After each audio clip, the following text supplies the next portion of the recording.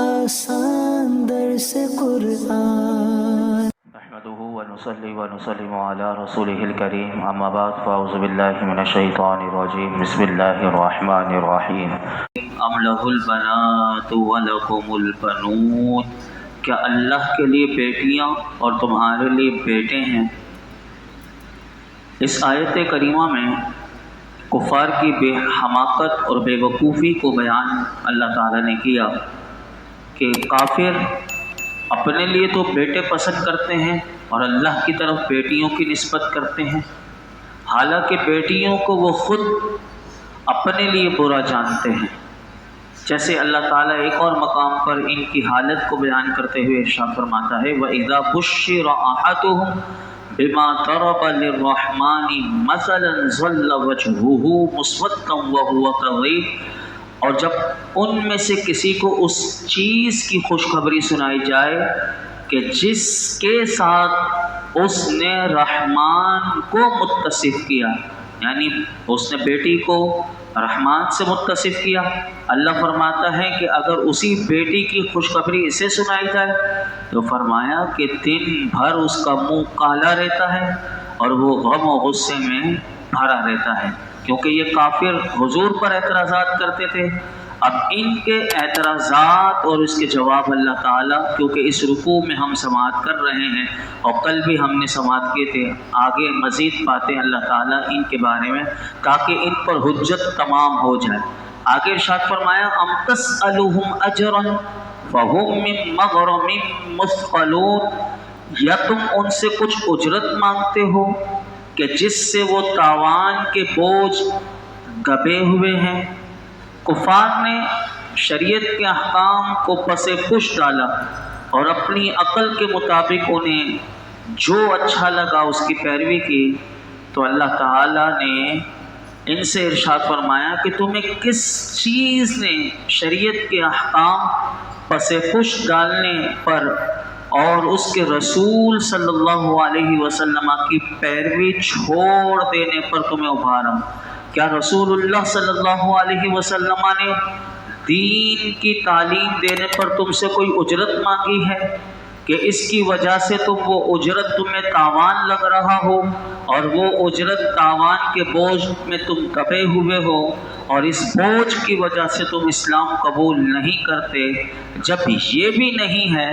تو پھر اسلام قبول نہ کرنے کا تمہارے پاس کون سا بہانہ ہے؟ کیا عذر تمہارے پاس ہے؟ تو یہاں سے علماء کہتے ہیں اس آیت کریمہ سے یہ معلوم ہوا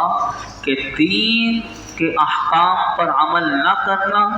اور اپنی عقل کے مطابق جو اچھا لگے اس کی پیروی کرنا یہ کافروں کا طریقہ ہے۔ فی زمانہ مسلمانوں میں بھی ہم دیکھتے ہیں کہ ہمارے معاشرے میں بھی ایسے لوگ پائے جاتے ہیں کہ جو اپنے آپ کو مسلمان کہتے ہیں، اپنے مسلمان ہونے کا اعلان کرتے ہیں اور خود کو مسلمانوں میں شمار کرتے ہیں، جبکہ جب ہم ان کے حالات کو دیکھتے ہیں، ان کا حال دیکھتے ہیں، تو ایسا لگتا ہے کہ دین کے وہ احکام جو ان کی عقل کے ترازو پر پورے نہیں اترتے، تو ایسے ہی لوگ مسلمان ہونے کے باوجود وہ دین کا مذاق اڑاتے ہیں۔ اور ایسے لوگ بھی، لبرل ٹائپ کے لوگ بھی، منہ پھٹ قسم کے انسان بھی، کہ جو انسانیت کے برخلاف دین کے احکام وہ کہتے ہیں اور قرآن و حدیث کی غلط تشریح کرتے ہیں اور اپنی طرف سے احکام کو ایجاد کرتے ہیں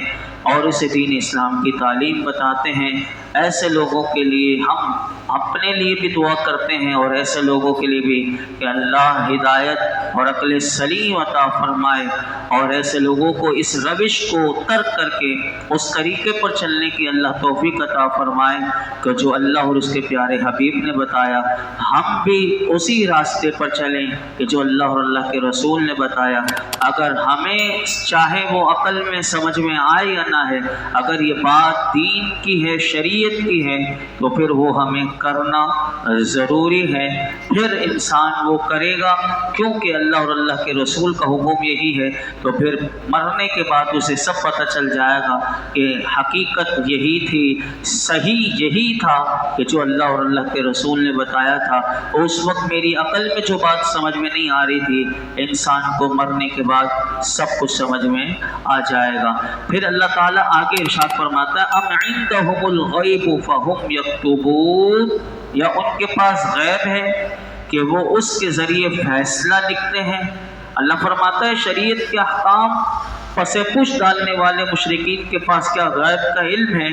کہ جس کی وجہ سے وہ یہ حکم لگاتے ہیں کہ مرنے کے بعد اٹھیں گے نہیں، اگر اٹھے بھی تو ہمیں عذاب نہیں ہوگا۔ جب یہ بات بھی نہیں ہے تو پھر بھی اللہ کہتا ہے وہ اسلام کیوں قبول نہیں کرتے۔ امام فخر الدین رازی رحمۃ اللہ تعالی علیہ اس آیت کریمہ جو سورہ طور کی آیت نمبر 41 جو میں نے ابھی آپ کے سامنے پڑھی کہ یا ان کے پاس غیب ہے کہ وہ اس کے ذریعے فیصلہ لکھتے ہیں، تو امام فخر الدین رازی رحمۃ اللہ علیہ کہتے ہیں اس آیت میں یہ اشارہ ہے کہ رسول اللہ صلی اللہ علیہ وسلم کے پاس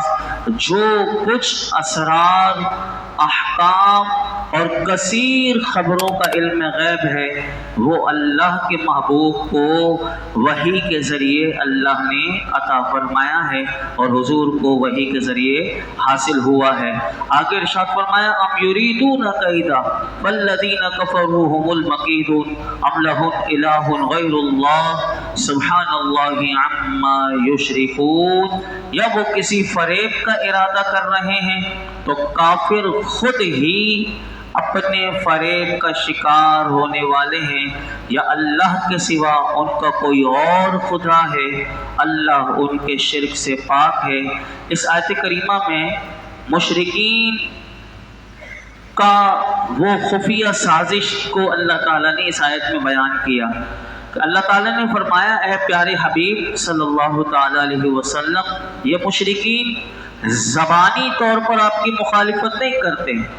بلکہ وہ کسی فریب کا ارادہ کر رہے ہیں اور اپنے دار الندوہ میں جمع ہو کر آپ کو نقصان پہنچانے اور آپ کو قتل کرنے کے یہ مشورے کر رہے ہیں۔ تو محبوب کافر خود ہی اپنے فریب کا شکار ہونے والے ہیں، اور یہ جو دھوکہ دہی اور فریب آپ کو دینا چاہتے ہیں کہ فریب کے ذریعے دھوکے سے آپ کو قتل کرنے کی جو سازشیں کر رہے ہیں تو یہ وبال انہی پر پڑے گا۔ چنانچہ ایسا ہی ہوا اور اللہ کے پیارے حبیب علیہ الصلوۃ والسلام کو اللہ نے محفوظ رکھا، اور بدر میں یہ جو مشرکین جو دار الندوہ میں جمع ہوئے تھے اور یہ حضور کو قتل کرنے کی معاذ اللہ شہید کرنے کی وہ جو فریب کر رہے تھے یہ سارے کے سارے بدر میں مارے گئے۔ اور اللہ فرماتا ہے کہ کیا اللہ کے سوا ان کا کوئی اور خدا ہے، یعنی اللہ فرماتا ہے اللہ کے علاوہ مشرکین کا کوئی اور خدا ہے جو انہیں روزی دیتا ہو اور انہیں اللہ کے عذاب سے بچا سکتا ہو، حالانکہ اللہ کے سوا کوئی معبود نہیں ہے۔ تو اللہ فرماتا ہے کہ یہ جو جتنا بھی شرک کرتے ہیں اللہ ان کے شرک سے پاک ہے۔ آگے ارشاد فرمایا وَإِن يَرَوْا كِسْفًا مِّنَ السَّمَاءِ سَاقِطًا يَقُولُوا سَحَابٌ مَّرْكُومٌ، اور اگر وہ آسمان سے کوئی ٹکڑا گرتا ہوا دیکھیں گے تو کہیں گے کہ یہ تہ در تہ بادل ہے۔ کافروں کو جب حجت تمام ہو گئی تو کافروں نے رسول اللہ صلی اللہ علیہ وسلم سے مطالبہ کیا۔ کیا مطالبہ کیا؟ وہ کہنے لگے او تسقط السماء كما زعمت علينا كسفا، وہ کہنے لگے یا تم ہم پر آسمان کے ٹکڑے کر کر کے گرا دو جیسا تم نے کہا ہے۔ وہ کہنے لگے کہ یا تم ہم پر آسمان ٹکڑے کر کر کے گرا دو جیسا تم نے کہا۔ تو اللہ فرماتا ہے کہ محبوب یہ جو آپ سے مطالبہ کر رہے ہیں کہ آسمان کے ٹکڑے کر کے ہم پر گرا دو، یعنی ان کا جو کفر ہے اور ان کی جو دشمنی آپ سے ہے، جو ان کے دلوں میں عناد ہے، اس حد تک پہنچ گیا ہے کہ اگر ایسا ہی کیا جائے جیسا یہ کہہ رہے ہیں کہ آسمان کے ٹکڑے ٹکڑے کر کے، اللہ فرماتا ہے صرف ایک ٹکڑا، یہ تو ٹکڑے ٹکڑے کہہ رہے ہیں، اللہ فرماتا ہے صرف آسمان سے اگر ایک ٹکڑا ہی ان کے اوپر گرا دیا جائے تو یہ لوگ آسمان سے اس ٹکڑے کو گرتے ہوئے دیکھ بھی لیں تو کیونکہ یہ کفر میں اتنے آگے بڑھ چکے ہیں اور اتنے اندھے ہو چکے ہیں کہ فرمایا یہ اس ٹکڑے کو گرتا ہوا دیکھ کر بھی اپنے کفر سے باز نہیں آئیں گے، اور فرمایا کہ ان کے دلوں کی جو دشمنی ہے اس کی وجہ سے اس وقت اس ٹکڑے کو گرتا ہوا دیکھ کر بھی یہ کہیں گے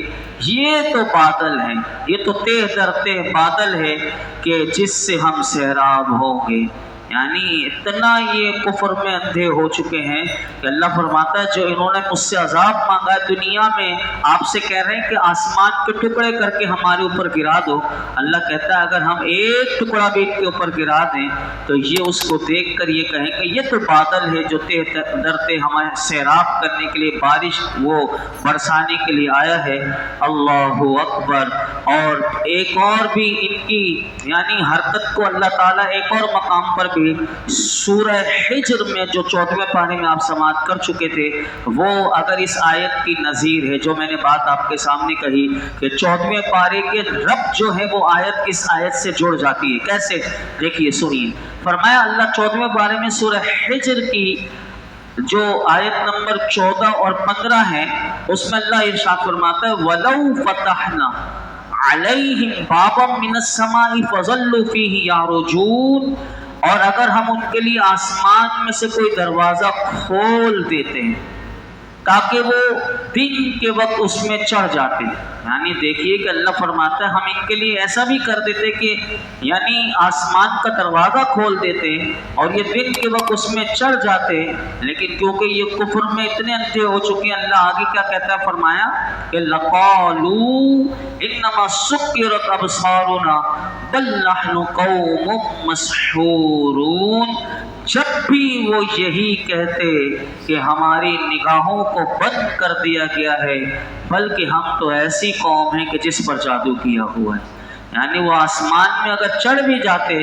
تو اس وقت بھی اللہ کے محبوب کو یہ کیا کہتے یہ تو ہماری نظر بندی کرتی ہے، یہ تو ہم پر جادو ہو گیا، یعنی یہ اس حقیقت کو بھی نہیں مانتے کہ اگر آسمان کے ٹکڑے کر دیے جائیں پھر بھی نہیں مانیں گے، ان کے لیے آسمان کے دروازے کھول دیں یہ پھر بھی نہیں مانیں گے۔ اس سے معلوم ہوا، علماء کہتے ہیں کہ جس کے نصیب میں ایمان نہ ہو تو بڑے سے بڑا معجزہ دیکھ کر بھی اسے ہدایت نہیں مل سکتی، جیسے کہ ابو جہل اس کی واضح مثال ہے کہ کتنے معجزات اس نے اپنی آنکھوں سے دیکھے اللہ کے رسول کے، لیکن اس کے ایمان اس کے نصیب میں نہیں تھا، تو اس نے اتنی بڑی بڑی معجزات دیکھ کر بھی وہ ایمان نہیں لایا۔ لیکن اگر دیکھیں سلمان فارسی کو، ابو بکر صدیق رضی اللہ تعالیٰ عنہ کو کہ جنہیں صرف ایک خبر پہنچے تو وہ صدقنا آمنا اور وہ ایمان لے کر آ گئے اور فوراً کلمہ پڑھ لیا، ایسے کتنے صحابہ ہیں کہ جن کے نصیب میں ایمان تھا۔ عبداللہ بن سلام یہودیوں کے امام ہیں، ایسے بہت سی مثالیں ہیں۔ تو اللہ رب العالمین ہمیں اس ایمان کی قدر کرنے کی توفیق عطا فرمائے کہ ہمیں ایمان کی اتنی بڑی دولت ملی ہے کہ انسان اگر کفر میں ہوتا تو کتنے بڑے بڑے گناہ کرتا اور کتنی بڑی سرکشی اور حد میں آگے بڑھ جاتا، اللہ نے ہمیں کتنی بڑی دولت ایمان جیسی نصیب کرتی ہے۔ اس پر ہم اللہ کا کروڑوں کروڑوں اربوں خربوں بار شکر کرتے ہیں کہ مالک تو نے اپنے محبوب کا امتی بھی بنایا اور ہمیں ان کا کلمہ پڑھنا بھی نصیب فرمایا، اور آج شب جمعہ کی برکت سے مالک اسی کلمے پر ہم سب کا خاتمہ فرما۔ الحمدللہ رب العالمین والصلاۃ والسلام علی سید الانبیاء والمرسلین وعلی آلہ واصحابہ اجمعین۔ اللہ پاک جو کچھ سنایا اس میں کوئی غلطی کوتاہی ہو معاف فرما، اپنی بارگاہ میں قبول فرما، ہمارے لیے سیکھنا سکھانا آسان کر دے، سمجھنا سمجھانا آسان کر دے، فہم قرآن کے نور سے نواز دے، علم نافع عطا فرما، علم نافع عطا فرما، علم نافع عطا فرما۔ ہمارے اندر جو جہالت ہو، جو برائی ہو، یا اللہ قرآن کی برکت سے دور فرما دے، ایمان کامل نصیب فرما، ایمان کی قوت طاقت عطا فرما، ایمان کی جو کمزوریاں ہمارے اندر ہو دور فرما دے، میرے مولا ایمان کی مٹھاس نصیب فرما، سجدوں کی لذتیں نصیب فرما دے، نمازوں میں خشوع و خضوع دے دے، اخلاص اور یقین کا نور دے دے، اپنی اور اپنے حبیب کی محبت عطا کر دے، تیرے محبوب کا سچا غلام بنا دے، میرے مالک ہم سب پر، حضور کی امت پر اپنا خاص فضل و کرم کی بارش فرما۔ ہم نے آج تک جتنی دعائیں کی ہیں آئندہ کرتے رہیں گے، پروردگار عالم اپنے محبوب کی عظمتوں، رفتوں، بلندیوں کے صدقے ہماری تمام دعاؤں کو شرف قبولیت عطا فرما۔ وصلی اللہ تعالی علی خیر محمد وعلی آلہ وصحبہ اجمعین۔